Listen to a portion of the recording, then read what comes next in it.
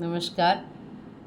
तनाव या टेंशन क्या होता है? तनाव आज के समाज में महिला हो, पुरुष हो, वृद्ध हो या वयस्क हो या बच्चा हो, अमीर हो, गरीब हो, संतान वाला हो, निसंतान वाला हो, तो हर एक को टेंशन है। कहते हैं ना, किसी से भी मिलो तो अरे यार मुझे बहुत टेंशन है। तो ये टेंशन जो है ये क्यों होता है? इसका संचय मनुष्य की मांसपेशियों में, भावनात्मक एवं मानसिक प्रणालियों में होता है।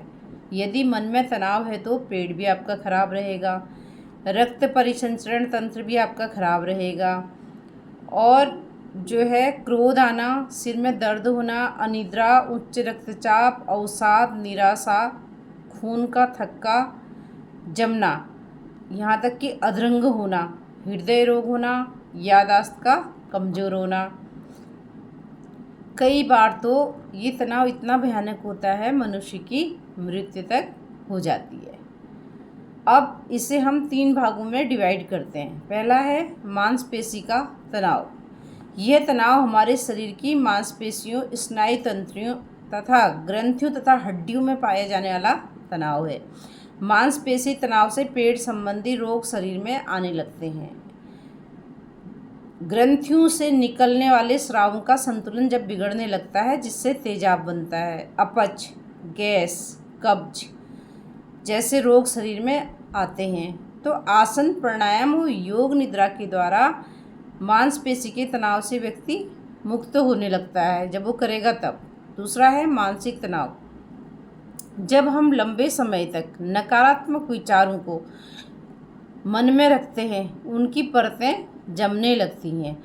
एग्जाम्पल फॉर कि हमें किसी ने हमसे कुछ कहा या किसी को देख के हमें जेलस फील होता है, हम हर समय ये सोचते रहें हम कैसे उसे नुकसान पहुंचाएं, कैसे हम उससे बदला लें।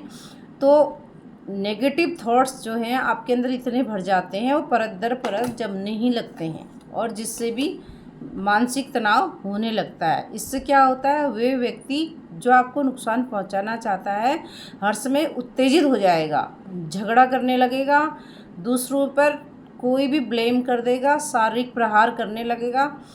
इसका स्पष्टीकरण जब होता है जब व्यक्ति बिल्कुल असामान्य व्यवहार करता है आपके सामने, आपको मिलने पर, तो ये भी मानसिक तनाव का एक परिणाम है। कभी कभी उसका क्रोध इस स्तर पर पहुंच जाता है तनाव के कारण, उससे हाइपर टेंशन हो जाती है, जिससे ब्रेन हेमरेज तक होने का खतरा रहता है। तो इसके लिए भी हमें प्राणायाम का वो ध्यान, वो योग निद्रा का ही अभ्यास करना चाहिए। अब क्या है भावनात्मक तनाव। जब व्यक्ति क्या होता है कि भीतर से उसकी जो इच्छाएं होती हैं और विचार होते हैं वो किसी के आगे व्यक्त नहीं कर सकता, और सामाजिक भय से या वो अपने कुछ विचारों को या भावनाओं को अंदर ही अंदर दबाने लगता है, तो उसे भावनात्मक तनाव की संख्या देते हैं। तो इसमें क्या होता है कि उसके अंदर घृणा आएगी, वो किसी को देखकर भी खुश नहीं रहेगा। उसका कहते हैं ना कि भाई बड़े मियाँ रोते क्यों, क्या कहते हैं, छोटे मियाँ क्या करें, सूरत ही ऐसी है। तो व्यक्ति आपको कभी उसके चेहरे पर मुस्कुराहट दिखेगी ही नहीं, जो भावनात्मक तनाव में रहेगा, और साथ ही साथ वो भयभीत रहेगा और वो हर किसी से घृणा करेगा। उसके चेहरे पर हमेशा अवसाद रहेगा। अगर वो कितना भी ब्यूटी पार्लर में चले जाए, कितने भी वो फेशियल करा ले या कितना भी अच्छा खा ले, तो उसके चेहरे में जो है कभी भी ग्लो नहीं आएगा। हालांकि ये बात मैं स्किन में कहने वाली थी, बट ये है कि मुझे 20 मिनट टॉपिक आ गया तो कहनी पड़ गई। गुस्से वाला व्यक्ति कभी भी जो है वो नॉर्मल नहीं रह सकता, वो अवसाद में रहेगा ही रहेगा। उसके अंदर घृणा, नफरत इतनी भरी हुई है कि वो उसे निकालना भी नहीं चाहता। निकाल सकता है पर निकालना नहीं चाहता है। लेकिन अगर हम मुस्कुराते हुए रहेंगे ज़िंदगी में, कुछ मुश्किलें हमारी खुद ही आसान हो जाती हैं। तो इसके कारण, इसके लक्षण, कारण और उपचार मैं आपको दूसरी वीडियो में बताती हूँ। अभी के लिए इतना ही काफ़ी। नमस्कार।